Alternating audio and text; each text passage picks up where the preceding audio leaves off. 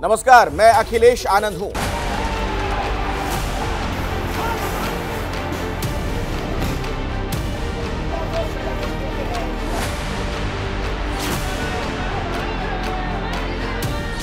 মমতা ব্যানার্জি করেছে অতীন ঘোষকে, আর বিনীত গোয়েল সব জানতো, নিষ্ক্রিয় ছিল।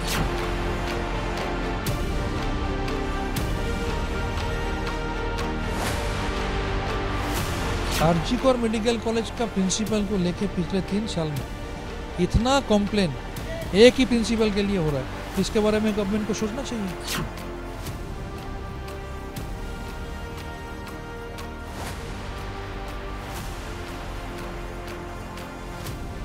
ঘটনাটা তো দুঃখজনক।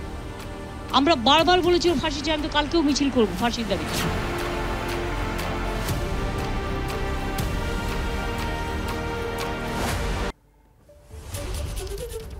कोलकाता में जो कुछ हुआ उस पर पूरे देश भर में राजनीति भी देखने को मिल रही है।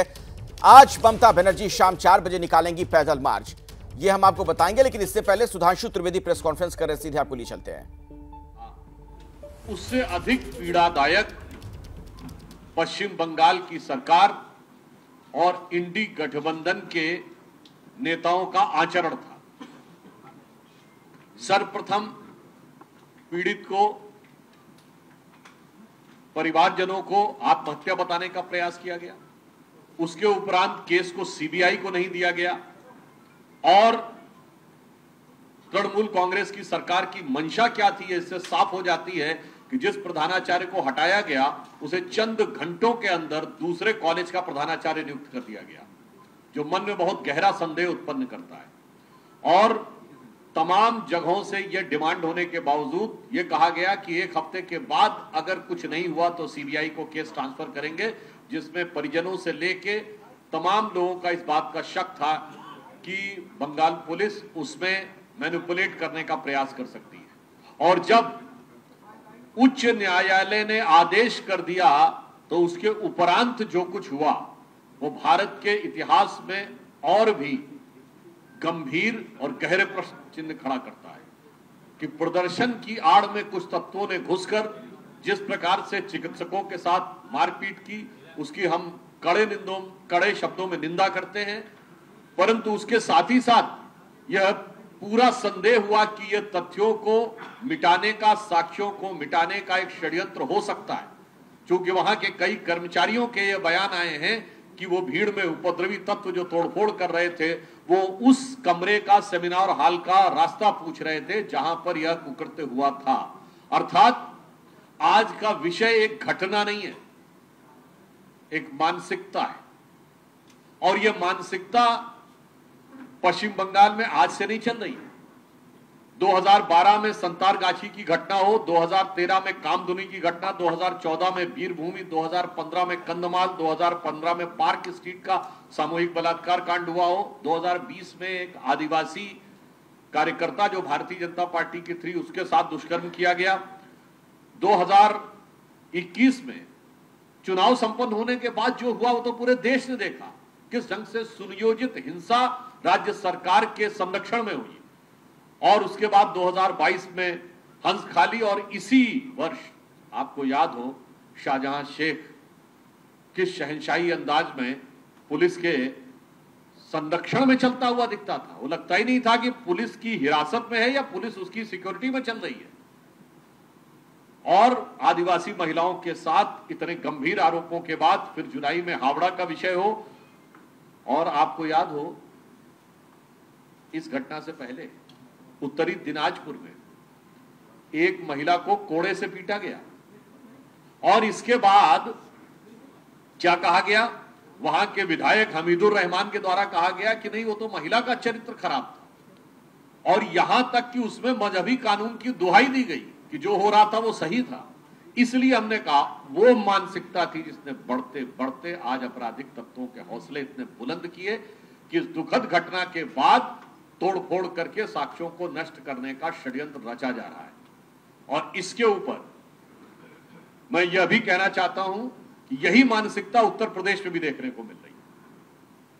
अयोध्या में नाबालिग बच्ची के साथ दुष्कर्म के बाद वही मानसिकता धमकाना, पीड़ित को धमकाकर साक्ष्यों को झुठलाने या मिटाने का प्रयास करना, वही मानसिकता कन्नौज में देखने से मिल रही है। और मानसिकता का प्रमाण और देखिए कि समाजवादी पार्टी की एक महिला नेत्री ये कहती हैं, इससे ज्यादा आपत्तिजनक और दुखद बयान नहीं हो सकता कि वो कह रही 15 साल की बच्ची शाम को कौन सी नौकरी पाने के लिए वहां गई थी। सुधांशु त्रिवेदी को आपने सुना किस तरीके के गंभीर आरोप लगा रहे थे, और आज दरअसल ममता बनर्जी भी शाम 4 बजे पैदल मार्च करने वाली हैं। वो सीबीआई से इंसाफ की मांग के लिए मार्च करेंगी। रैली में टीएमसी के कई समर्थक भी शामिल होंगे। हमें जो खबर मिल रही है, मैलाली इलाके से धर्मतल्ला तक ये मार्च का आयोजन किया गया है। तो अब सीबीआई से ममता बनर्जी इंसाफ की मांग करते हुए ये पैदल मार्च करने वाली हैं। तो दोनों तरफ से आप देखिए किस तरह की दुखद राजनीति देखने को मिल रही है। इसी खबर पर कुछ और जानकारी जुटाते हैं। मेरे साथ रविकांत इस वक्त आरजीकर अस्पताल से मौजूद हैं। मनोज्ञा लोईवाल भी कोलकाता से आपको नजर आ रही हैं। मदीहा खान भी हैं, दिल्ली में एम्स के बाहर वो मौजूद हैं। और वरुण जैन सीबीआई की तहकीकात कहां तक पहुंची, उससे जुड़ी जानकारी आप तक पहुंचाएंगे। निधि श्री आरएमएल हॉस्पिटल के बाहर से हमारे साथ हैं, और मुंबई भी आपको लिए चलेंगे सूरज ओझा के पास। लेकिन मनोज्ञा, सबसे पहले मैं आपके पास आना चाहूंगा इस सवाल के साथ कि इस मामले में देखिए कितनी मतलब दुखद राजनीति देखने को मिल रही है कि ममता बनर्जी सीबीआई से इंसाफ की मांग के लिए अब पैदल मार्च करने वाली हैं। मतलब तफ्तीश कहां तक पहुंची, तहकीकात कहां तक गई, वो तो छोड़ दीजिए, राजनीति जमकर शुरू है। बिल्कुल, और ये मांग की जा रही है सीबीआई से कि वो रविवार के अंदर जो भी दोषी हैं उन्हें अरेस्ट कर लें। और आप ये भूल नहीं सकते हैं कि पश्चिम बंगाल की मुख्यमंत्री हैं तीसरी बार ममता बनर्जी। उसके साथ साथ कोलकाता पुलिस उन्हीं के अधीन है। कोलकाता पुलिस पर ही आरोप लगे हैं अभी तक कि क्या उन्होंने कुछ ऐसे कारनामे जो हुए हैं, जो हरकतें हुई हैं, हंगामे हुए हैं, उसके बाद से सवाल उठ रहे हैं कि जो तफ्तीश की जा रही है उस पर सवाल उठे हैं। फोरेंसिक के जो तथ्य हैं वो कितने अभी तक मौजूद हैं, उस पर सवाल उठे हैं। इन सवालों के जवाब कोलकाता पुलिस ने, उनके कोलकाता पुलिस के कमिश्नर विनीत गोयल ने तो दे दिए, साथ ही ठिकरा मीडिया पर भी फोड़ दिया। पर यह भी कह दिया कि तफ्तीश पूरी तरह से प्रोफेशनली जारी है और किसी भी गलत व्यक्ति को गिरफ्तार नहीं किया जाएगा। दिलचस्प यही है कि अभी तक सिर्फ एक व्यक्ति संजय रॉय को गिरफ्तार किया गया है। बस जिस हालात में पीड़िता का शव मिला था उसके बाद अभी तक इन सवालों के जवाब नहीं मिल पाए हैं कि आखिरकार इसके पीछे एक व्यक्ति था, इससे ज्यादा थे, कौन जिम्मेदार है इसके पीछे। डॉक्टरों का प्रोटेस्ट इसलिए भी जारी है क्योंकि अस्पताल में हुई घटना के बाद अगर अस्पताल में ही तोड़फोड़ हो जाए और सरकार ही खड़े होकर देखती रहे सरकारी अस्पताल के सामने, तो फिर जनता तो विरोध करेगी। पर आज खुद मुख्यमंत्री सड़क पर चलेंगी और मांग करेंगी इंसाफ का। महिलाओं और युवाओं के होने की बात तो हैरान करती है ना तो मनोज्ञा, आप भी किस ओर इशारा कर रही हैं कि मुख्यमंत्री मांग करने वाली है इंसाफ की, जिनकी जिम्मेदारी है कि इंसाफ दें। सभी को पता है कि लॉ एंड ऑर्डर स्टेट का विषय होता है। कानून व्यवस्था में अगर वहां दिक्कतें हैं तो इसके लिए सूबे की मुखिया को इसकी जिम्मेदारी लेनी चाहिए थी, और वो अब सड़क पर उतरेंगी इंसाफ की मांग के लिए। रविकांत, डॉक्टर सब क्या कह रहे हैं? आपकी उनसे बातचीत हुई हो तो जरा बताइए। देखिए, यहाँ पर डॉक्टर आज भी प्रदर्शन कर रहे हैं। उनका साफ कहना है कि जो राजनीति यहाँ पर हो रही है, भले ही हमारे पक्ष में हो, लेकिन उससे हमें कोई लेना देना नहीं है। हमको सीधे सीधे ये देखना है कि फाइनल न्याय हमें मिलता है कि नहीं। जो कुछ भी प्रक्रिया चल रही है वो प्रक्रिया कितनी लंबी चलती है, उससे फाइनल रिजल्ट मिलता है या नहीं मिलता है। हमारी जो निगाह है वो फाइनल रिजल्ट पर है कि इस केस का पूरा सच सामने आए। जो घटना घटी है सिर्फ उसका खुलासा ही जरूरी नहीं है, बल्कि डॉक्टरों की सुरक्षा सुनिश्चित होती है या नहीं होती है, ये जो मामला है इसका खुलासा हो जाएगा देर सवेर। लेकिन क्या डॉक्टरों के साथ ऐसा दोबारा नहीं होगा, ये सुनिश्चित होता है। इसलिए जो डॉक्टर हैं वो एक्ट की भी मांग कर रहे हैं ताकि जल्द से जल्द पूरे देश में ये सुनिश्चित हो सके कि डॉक्टरों के साथ इस तरीके की हरकत दोबारा नहीं होगी। किसी प्रीमाइसेस में घुस करके कोई बाहरी एलिमेंट इस तरीके का काम नहीं कर सकता है। इसको लेकर के बहुत प्रिसाइज हैं जो डॉक्टर है, और उनका कहना है कि जल्द से जल्द एक्ट लागू होना चाहिए। बिल्कुल, और कोलकाता की घटना के खिलाफ डॉक्टरों की हड़ताल भी जारी है। आज भी कई जगह पर हड़ताल पर बैठे हुए हैं डॉक्टर। मुंबई के नायर अस्पताल में डॉक्टरों का प्रदर्शन भी हुआ है। पटना में एम्स में डॉक्टर हड़ताल पर बैठे हुए हैं। दिल्ली के आरएमएल हॉस्पिटल में भी डॉक्टर धरने पर बैठे हुए हैं। यानी अलग अलग जगहों से जो तस्वीरें सामने आ रही हैं, मरीजों के लिए सबसे बड़ी चिंता की बात है। ऐसे मरीज जो इन अस्पतालों में इलाज के लिए जाते हैं, गरीब तबके के खासतौर पर जो मरीज हैं, उन्हें पिछले काफी दिनों से बहुत दिक्कत हो रही है। ये मुंबई से लेकर पटना और दिल्ली का हाल आप देख सकते हैं। ये तीनों देश के बड़े और प्रतिष्ठित अस्पताल हैं। एम्स के बाहर से मदीहा मेरे साथ जुड़ी हुई हैं। मदीहा, एम्स तो एक ऐसा अस्पताल है देश की राजधानी दिल्ली का, जहां देश भर के मरीज पहुंचते हैं। क्या स्थिति वहां पर देख पा रही हैं आप? बिल्कुल अखिलेश, मैं बता दूं कि हड़ताल का असर मरीजों पर साफ तौर से होता हुआ दिख रहा है, क्योंकि जो मरीज पिछले 5-6 दिनों से यहां पहुंच रहे हैं, उनका इलाज ठीक से नहीं हो पा रहा। इलाज में देरी की सबसे बड़ी समस्या जो है वो सामने आ रही है। मैं अस्पताल के बाहर से लाइव कर रही हूं और यहां पर मेरे साथ कुछ लोग जुड़े हुए हैं। जब उन्होंने देखा कि एबीपी न्यूज़ यहां मौजूद है तो वो आए और उन्होंने बताया कि कैसे कई दिनों से यहाँ पर आ रहे हैं, लेकिन अभी तक भी डेट नहीं मिल पा रही। मुझे ये बताइए कि क्या समस्या है आपकी, कब आए थे और क्या हुआ? पिछले 1 महीने से यहाँ आ रहा हूँ। 12 तारीख की डेट दी गई थी, लेकिन कोई सुनवाई नहीं हो रही मैडम। पिछले 3 दिन से लगातार आ रहा हूँ एटा से, है ना। कोई जवाब नहीं देता कि कब ओपीडी चल रहा है, उसमें दिखाया? हाँ दिखाया था। क्या बताया? कुछ जवाब नहीं दिया उन्होंने। डॉक्टर लोग नहीं बैठ रहे हैं, स्ट्राइक पर हैं। स्ट्राइक पर है। मुझे बताइए आपके साथ क्या हुआ है? एफएनसी का वो रिपोर्ट लेना था मैडम। वो बता रहे हैं कि 2-4 दिन में फिर पता करना। 1 हफ्ते से ऊपर हो गया। 9 तारीख को कराया था और EMI का जांच 2 साल बाद का दिया है, 2026 का दिया है। आप मुझे बताइए आपको क्या बताया गया यहाँ पर? मैम मुझे तो नेक्स्ट मंथ के लिए डेट बोल दी है, क्योंकि मेरा IVF का प्रोसीजर है, तो उसके लिए मुझे बोला है कि अभी टेस्ट नहीं हो पाएगा कुछ भी, अभी कोई आपका ट्रीटमेंट नहीं चलेगा। लास्ट 1 ईयर से मैं यहाँ डेली आ रही हूँ। वैसे तो एवरी मंथ आती हूँ चेकअप्स के लिए। तो ये लोग टेस्ट को, जो जितने टेस्ट होते हैं उन सबको बोल देते हैं कि ये ओल्ड हो गए, दोबारा से करवा के लाओ। अपडेटेड टेस्ट ये लोग मानते हैं। हड़ताल की वजह से इस बार क्या कहा गया? इस बार ये बोला गया है कि मैम अभी स्ट्राइक चल रही है, लेकिन अंदर ब्रीफिंग्स हो रही हैं, अंदर ब्रीफिंग्स कर रहे हैं ये लोग, अपनी मीटिंग्स कर रहे हैं, ठीक है। और जैसे इधर यूनिट्स वाइज डिवाइडेड है, तो यूनिट 3 की यूनिट है जो हमारी, वो यूनिट 3 में कुछ नहीं हो रहा है। यूनिट 2 और 1 के अल्ट्रासाउंड एज पर द रूल्स चल रहे हैं। जो अखिलेश, ये वर्जन आपने सुना मरीजों का, मैं डॉक्टर्स का वर्जन भी आपको सुनवा देती हूँ। ये सारे डॉक्टर्स हैं जो कि एम्स के बाहर हैं, लगातार हड़ताल पर बैठे हैं। मुझे ये बताइए कि आप जो हैं हड़ताल आप लोग कर रहे हैं, आज निर्माण भवन पर एक बड़ा प्रोटेस्ट आप लोग कर रहे हैं, जिसमें एक जॉइंट RDA जो है वो शामिल होगा। मैं देख रही हूँ कई सारे एसोसिएशन आप लोगों को सपोर्ट कर रहे हैं। मुख्य मांग अब CPA को लेकर हो गई है आप लोगों की, लेकिन इस हड़ताल का असर मरीजों पर भी पड़ रहा है। ओवरऑल क्या कहेंगे आप? देखिए, हम दुखी हैं कि हमारे मरीजों को इतना परेशान होना पड़ रहा है। हम उन्हें जितना हो सके सुविधाएं देने की कोशिश कर रहे हैं। इमरजेंसी सुविधा बंद नहीं की है, इलेक्टिव सुविधा भी कम चल रही है, लेकिन चल रही है। हमारे फैकल्टी चला रहे हैं, लेकिन हम जब तक इस तरीके से निकलेंगे नहीं, नायर हॉस्पिटल से हमारे साथ सूरज मौजूद हैं। सूरज, वहां पर क्या स्थिति दिख रही है आपको?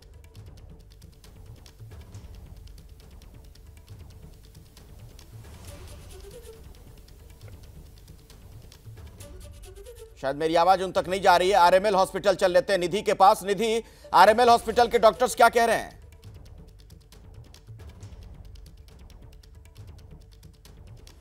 तस्वीरें दिखा दूं क्योंकि आज यहाँ 5वां दिन है प्रोटेस्ट का, और बड़ी संख्या में मैं कहूंगी कि डॉक्टर्स पहुंचे हैं, नर्सिंग स्टाफ पहुंचे हैं, और सबके हाथ में बैनर्स और पोस्टर्स हैं। आज का प्रदर्शन सिर्फ इसलिए है ताकि इनको प्रोटेक्शन एक्ट मिले। और ये देखिए जरा posters, her pain our voice. अब मैं डॉक्टर से ही सीधा बातचीत करूंगी कि क्या प्रमुख मांगे, और आज आप लोग निर्माण भवन पहुंच रहे हैं 2 बजे। हमारी प्रमुख मांगे हैं कि सेंट्रल प्रोटेक्शन एक्ट लाया जाए और हमारी साथी को, मतलब जिसका गैंगरेप, उसको मतलब 1 करोड़ का मतलब मुआवजा दिया जाए। ये हमारी, और हमारे सारे हॉस्पिटल में मतलब ये मार्शल प्रोवाइड कराया जाए, जिससे कि हम बिना भयभीत से काम कर सकें। दूसरी बात, हमारा स्ट्राइक का ये भी बहुत बड़ा कारण है, क्योंकि हमारे साथी को 15 अगस्त की रात 2 बजे जो अचानक से 3000 से लोगों का अटैक हुआ है, ये नॉर्मल आदमी नहीं है, ये आतंकी हैं, आतंकी। और ये वहाँ के बिना पुलिस प्रशासन के, बिना सरकार की सहमति से ये हुआ ही नहीं है। ये हमारी, वो सोच रहे हैं कि हम डर जाएंगे। हम नहीं डरेंगे, हम जब तक लड़ेंगे जब तक हमें न्याय नहीं मिलेगा। वो सोच रहे हैं कि प्रूफ को मिटाया जाए, हम नहीं मिटने देंगे, हम खुद मिट जाएंगे, लेकिन अपने साथी को न्याय दिलाएंगे। कहाँ से आवाज उठ रही है और आपको बता दें अखिलेश के एक तरफ ममता बनर्जी प्रोटेस्ट कर रही है, यहाँ से बड़ी संख्या में डॉक्टर्स निर्माण भवन जाएंगे ताकि वो दीदी मैं एक बात देख रहा था कि ये जो डॉक्टर्स हैं ये सीधे तौर पर पश्चिम बंगाल सरकार पर आरोप लगा रहे हैं, वहां की पुलिस पर आरोप लगा रहे हैं कि उनकी मिली भगत से ही सब कुछ हुआ, जो उपद्रवी तत्व वहां पर पहुंचे थे, जो हल्ला हंगामा हुआ। नायर हॉस्पिटल से सूरज हमारे साथ मौजूद है। मुंबई में क्या हाल है, वहां पर अस्पतालों में क्या देख पा रहे हैं आप सूरज? जी बिल्कुल, देखिए आपको मैं नायर अस्पताल का ये सीन दिखा देता हूँ। यहाँ पर जहाँ तक आपकी नजर जाएगी ये सब डॉक्टर्स हैं, रेसिडेंट्स डॉक्टर हैं, कुछ स्टूडेंट्स हैं और कुछ नर्सेज भी हैं जो यहाँ पर लगातार प्रदर्शन कर रहे हैं और कह रहे हैं कि जिस तरह से कोलकाता में इंसिडेंट्स हुए हैं वो बेहद ही शर्मनाक है। जिस अस्पताल में पहले एक डॉक्टर के साथ इस तरह की घटना हुई, वहीं पर तोड़फोड़ हो रही है, सरकार कर क्या रही है? डॉक्टर्स मौजूद है, हम उनसे भी बात करेंगे। आप क्या किन मांगों से लेकर आप प्रोटेस्ट कर रहे हैं और कब तक प्रोटेस्ट करेंगे? देखो कैसा है कि हम नायर मेडिकल, नायर डेंटल के सारे डॉक्टर्स, हमसे यही गुजारिश है कि हम अगर हमारे घर में सेफ नहीं तो हम कहाँ सेफ है। हमको सरकार से यही मांग है कि हमके सेंटर प्रोटेक्शन एक्ट लागू किया जाए, बाकी जो भी हिनस क्राइम हुआ उसको जस्टिस मिला जाए। और हमारी कुछ ऐसी बड़ी मांगे नहीं है कि हमको ज़्यादा प्रोटेक्शन दो या फिर हमको एक बेसिक प्रोटेक्शन चाहिए। अगर हम सर्व कर रहे हैं तो उस टाइम में हमको उतना प्रोटेक्शन मिलना चाहिए ताकि ये जो भी हत्यारे या फिर जो भी अन्याय करने वाले हैं उनका इतना मकसद बड़ा ना हो कि वो आगे आके इतना घिनौना काम करें। आप क्या कहेंगे? जो जैसे हमने कुछ बड़ी मांग नहीं की, हमने सिर्फ कानून के बारे में ही बात की। हमने कोई घंटे, हमारी ड्यूटी इतने घंटे थे तो ऐसी कोई हमारी मांग नहीं है। हम आज 5वां दिन स्ट्राइक का है तो भी हमारे इमरजेंसी सर्विसेज चालू है। तो हम सरकार को यही कहना चाहते हैं कि जो कुछ हमारे कोई जो कानून का लॉ है वो जल्दी से जल्द दे ताकि ऐसे घटना आगे आने वाले टाइम में न हो। देखिए सूरज, यहाँ पर अस्पताल बिल्कुल अपनी जगह जायज है। या जो भी डॉक्टर अलग अलग राज्यों से हमारे साथ जो कोलकाता कांड की हम बात कर रहे हैं, एक और बीजेपी ममता बनर्जी पर हमलावर है, दूसरी ओर टीएमसी बीजेपी के आरोपों को खारिज कर रही है। टीएमसी के सांसद हैं सौगत रॉय। उन्होंने कहा कि बीजेपी को विरोध करने का मौका चाहिए, मुख्यमंत्री का इस्तीफा मांगना गलत है। लेडी डॉक्टर केस में कोलकाता पुलिस अपना काम कर रही है और अब सीबीआई इसका सच सामने लाएगी। टीएमसी के सांसद ने कहा कि अस्पताल में सबूत मिटाने की कोशिश की बात गलत है।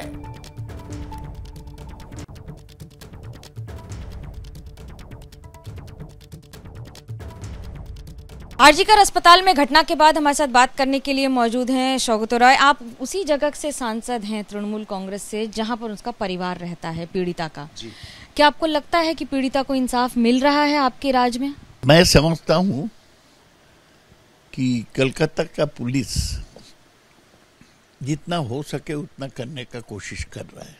ये आरोप लग रहे हैं कि आपकी सरकार के राज में, तृणमूल कांग्रेस के राज में पश्चिम बंगाल में खासतौर से अस्पताल में बहुत सारे सबूत मिटाने की कोशिश की गई है, इस तरह के आरोप लग रहे हैं। कैसे देखते हैं इसको? ये सही नहीं है, आरोप मिटाने का किसी को इंटरेस्ट नहीं है। देखिए पश्चिम बंगाल में इतने मेडिकल कॉलेज है, इतने अस्पताल है, हजारों महिलाएं काम करती हैं, नर्सिंग स्टाफ है, डॉक्टर है। ये तो एक घटना घट के बहुत दुखद घटना हमें शर्मिंदा करते हैं, तो कोई इसको मिटाने का कोशिश नहीं करेगा। बीजेपी सड़कों पर प्रोटेस्ट कर रही है, हजारों डॉक्टर्स खुद सड़कों पर उतरे हैं। सरकार की विफलता दिखाता है ये? बीजेपी को तो एक मौका का तलाश था, चुनाव में वो उसको धक्का मिला तो मौका में वो उतर गए हैं। विपक्ष कह रहा है कि सरकार आपकी, पुलिस आपकी, अस्पताल आपका, सब कुछ आपका, फिर मुख्यमंत्री ममता बनर्जी को सड़क पर उतरकर मार्च करने की, इंसाफ मांगने की क्या जरूरत है? किससे मांग रही हैं इंसाफ? जरूरत यही है कि अफवाह फैलाया जा रहा है, झूठे बात फैलाया जा रहा है और ये षड्यंत्र है। जो लोग ममता बनर्जी के सरकार का खिलाफ है वो कुछ भी बोलते, कुछ भी बताते हैं। जब आप रास्ते पर उतर रहे लोगों को देख रहे हैं और अस्पताल में जिस तरह से तोड़फोड़ हुई, वो पुलिस की, कोलकाता पुलिस की विफलता है या नहीं? मेरे ख्याल में इसमें सीपीएम के लोग हैं, बीजेपी का भी इनडायरेक्ट मदद है। ये तोड़फोड़ रोकना चाहिए था, पुलिस नहीं कर पाए, क्यों मैं नहीं जानता हूँ। आपको लगता है इसके पीछे राजनीतिक लोग थे जो इकट्ठा हुए थे वहाँ पर? लोग वो सब राजनीतिक थे कि सामान्य लोग? तोड़फोड़ किया वो एकदम राजनीतिक लोग थे, राजनीति लेकर ही वारजी पर घर में घुसे। उधर वाम और राम वाले बयान पर बीजेपी का ममता बनर्जी पर हमला तेज हो गया है। केंद्रीय मंत्री गिरिराज सिंह ने ममता बनर्जी की तुलना उत्तर कोरिया के तानाशाह किम जोंग उन से कर दी। केंद्रीय मंत्री ने कहा कि वो मां, मानुष और माटी को भूल गई हैं। ममता भगवान राम को गाली दे रही हैं, लेकिन वो भूले नहीं, भगवान राम न्याय का प्रतीक हैं। गिरिराज सिंह ने गंभीर आरोप लगाते हुए कहा कि ममता बनर्जी पश्चिम बंगाल में कत्लेआम कराना चाहती हैं। हमारे साथ बात कर रहे हैं केंद्रीय मंत्री गिरिराज सिंह जी। गिरिराज जी, ममता बनर्जी कह रही हैं कि राम और वाम ने पश्चिम बंगाल का माहौल खराब कर रखा है। देखिए, ममता दीदी भूल गई, सत्ता की मदानता में अब वो भगवान राम को भी गाली दे रही हैं। उनका कहना है कि सर कि भारतीय जनता पार्टी दरअसल पश्चिम बंगाल को बांग्लादेश बनाने की कोशिश कर रही है। भूल जाती हैं क्या? देश के लोग मूर्ख हैं, बंगाल के लोग। आपने बंगाल को बंगाल नहीं रहने दिया, बंगाल की संस्कृति को खराब किया। आप मुसलमानों के कंधे पर बैठ करके वहां राजनीति कर रही हैं। बंगाल में आप चाहती हैं डायरेक्ट एक्शन डे करवाना चाहती हैं, कत्लेआम करवाना चाहती हैं। शांति रूपी डॉक्टर रात को 12 बजे कैंडल मार्च निकाल रहे थे और उतने गुंडे कहां से आए? आपके राज्य में कोई खांस नहीं सकता ममता बनर्जी, अभिषेक बनर्जी के बगैर। कटमनी हो तो ममता बनर्जी, अभिषेक बनर्जी, गुंडागर्दी हो तो अभिषेक बनर्जी, ममता बनर्जी। इतने गुंडे आपके द्वारा आए, नहीं तो वहां की पुलिस को कैसे नहीं मालूम होता? क्यों रोक रही थी? कितने लोगों को बुड़बक बनाए? जो वहां हमारी बेटी, डॉक्टर बेटी के साथ हुई है, निर्भया कांड को भी छोटा कर दिया। जिस ढंग की घटना, आप सबूत मिटाने के लिए वहां कंस्ट्रक्शन का काम शुरू कर दी। 1 महीने 2 महीने बाद नहीं होता क्या? किसको बुड़बक बनाती है? परिवार के लोगों ने सर आरोप लगाया है कि उनकी बेटी की जब मौत हुई, मौत के तमाम तथ्य छिपाए गए। ये शब्दों से तो उन बेटियों के परिवार के साथ खड़ी दिखी ममता जी, शब्दों के साथ, लेकिन व्यवहार में सारे सबूत मिटाने का काम किया। अब और मिटाने का काम कर रहे हैं। कल तो उसी का वो गुंडागर्दी था। आज बंगाल बंगाल नहीं रहा। बंगाल एक तानाशाही प्रवृत्ति किम जोंग की तरह वहां शासन कर रही। तो ममता बनर्जी बंगाल की किम जोंग उन हो गई हैं, ये गिरिराज सिंह का बयान। कोलकाता में लेडी डॉक्टर से दरिंदगी के खिलाफ देश भर में डॉक्टर्स का हल्ला बोल जारी है। पटना के एम्स में भी डॉक्टर हड़ताल पर बैठे हैं। ओपीडी सेवा ठप है, जिससे दूर दराज से पहुंच रहे मरीजों को परेशानी हो रही है। एबीपी न्यूज संवाददाता शशांक की एम्स से रिपोर्ट दिखाते हैं आपको। इस वक्त हम पटना में एम्स अस्पताल के परिसर में हैं। यहाँ के जो डॉक्टर्स हैं धरना प्रदर्शन कर रहे हैं, प्रोटेस्ट जारी है। दरअसल कोलकाता के आरजीकर मेडिकल कॉलेज अस्पताल में एक पीजी छात्रा के साथ बलात्कार हुआ, उसके बाद उसकी हत्या कर दी गई। वहीं उसी अस्पताल में असामाजिक तत्व घुसे इस घटना के बाद और तोड़फोड़ की परिसर में घुस के और डॉक्टरों के साथ मारपीट की। तो इन सब को लेके जो डॉक्टर्स हैं बहुत ज़्यादा आक्रोशित हैं और प्रदर्शन जारी है। जी, ये सिर्फ मेडिकोस की बात नहीं है, किसी भी लड़की के साथ अगर ऐसा आज को होता है तो ये गलत है। हर किसी की रूह कांपनी चाहिए ऐसा कोई भी न्यूज़ सुन के। इसलिए हम लोग का सब लोग से यही रिक्वेस्ट है कि सिर्फ डॉक्टर, सिर्फ मेडिको फ्रेटर्निटी नहीं, जितने भी लोग हैं वो सब लोग बाहर आए और इसके अगेंस्ट खड़े रहे। हम लोग ओपीडी सेवा बहिष्कार का आह्वान किया गया। जी बिल्कुल, ओपीडी सेवा अभी नहीं चल रही है, सिर्फ इमरजेंसी में जो भी है वो लोग जा सकते हैं। अगर वी वांट जस्टिस का नारा आप लोग लगा रही हैं, लेकिन मेडिकल मतलब ओपीडी सेवा यहाँ ठप है, इससे मरीजों को परेशानी। इमरजेंसी सेवा हमारे अस्पताल में अभी भी चालू है और जो मरीज भर्ती हैं उनका इलाज अभी भी हो रहा है। उनकी दवाइयाँ, उनकी बिलिंग में कोई रुकावट नहीं है। ओपीडी के पेशेंट्स जा सकते हैं जहां जाना है। हम लोग इस डर में, इस खौफ में और ड्यूटी नहीं करेंगे। जब तक मांग नहीं मानी जाएगी तब तक हम लोग जो है धरना प्रदर्शन करते रहेंगे और अब इमरजेंसी सेवा ठप करने पर भी विचार करेंगे अगर मांग नहीं मानी गई तो। कैमरा पर्सन शैलेश के साथ शशांक कुमार, एबीपी न्यूज, पटना। और अभी एक बड़ी खबर आ रही है महाराष्ट्र से। मुंबई में महाविकास आघाड़ी की मीटिंग शुरू हुई है। एमवीए के सीएम चेहरे पर उद्धव ठाकरे ने कहा, शरद पवार जिसे सीएम बनाएंगे मैं समर्थन दूंगा। तो मुंबई में महाविकास आघाड़ी की बैठक शुरू हो गई है। आने वाले दिनों में विधानसभा के चुनाव हैं, उसी के मद्देनजर महाराष्ट्र में हलचल तेज। शरद पवार जिसे सीएम बनाएंगे मैं समर्थन दूंगा, ये एक बड़ा बयान उद्धव ठाकरे की तरफ से दिया गया है। यानी एमवीए के सीएम चेहरे पर उद्धव का बिल्कुल एक स्पष्ट संदेश कि शरद पवार जिसे सीएम बनाएंगे मैं समर्थन दूंगा। तो आपको बता दें कि एमवीए की बैठक वहां पर चल रही है, बहुत ही महत्वपूर्ण बैठक है। आने वाले दिनों में महाराष्ट्र में विधानसभा के चुनाव हैं, उसी के मद्देनजर मेल मुलाकातों का सिलसिला चल रहा है। कई तरह की अंडरस्टैंडिंग बन रही है, कौन कहां लड़ेगा नहीं लड़ेगा, इससे लेकर मंथन शुरू है। और सीधे मैं आपको लिए चलता हूं, मेरी सहयोगी नम्रता इसी खबर पर कुछ और जानकारी आप तक पहुंचाएंगी। और नम्रता, ये बताइए, अगर उद्धव ठाकरे ये कह रहे हैं कि शरद पवार जिसे सीएम बनाएंगे मैं समर्थन दूंगा, इसका मतलब क्या निकाला जाए? देखिए, महाविकास आघाड़ी आज मुंबई में शक्ति प्रदर्शन कर रही है। ऐसे में पूरा विपक्ष जो है वो एक मंच पर मौजूद है। उद्धव ठाकरे ने खुलकर ऐलान कर दिया है कि बीजेपी की तरफ से बार बार ये प्रोपेगेंडा निकाला जा रहा है कि सीएम पद का चेहरा महाविकास आघाड़ी के पास नहीं है। तो आज बड़े मंच पर खुलकर उद्धव ठाकरे ने इस बात का ऐलान कर दिया है कि शरद पवार और कांग्रेस के नेता जिसे कहेंगे कि वो मुख्यमंत्री बनाना चाहते हैं उसको खुलकर समर्थन देते हैं। तो ऐसे में एकता और शक्ति प्रदर्शन की कोशिश जो है वो महाविकास आघाड़ी की तरफ से है। इसके साथ साथ उद्धव ठाकरे ने बीजेपी की सरकार पर भी निशाना साधा है। उन्होंने कहा है कि जब हम बीजेपी के साथ गठबंधन में थे तो वो जिसको जितनी ज्यादा सीटें उसको मुख्यमंत्री का चेहरा बनाते थे, लेकिन हमारे साथ ऐसा नहीं है। हम जनता के लिए काम करेंगे और उनके समर्थन में पूरा काम करेंगे। इसके अलावा उद्धव ठाकरे अपने आप को महाविकास आघाड़ी का ओपनिंग बैट्समैन बता रहे हैं।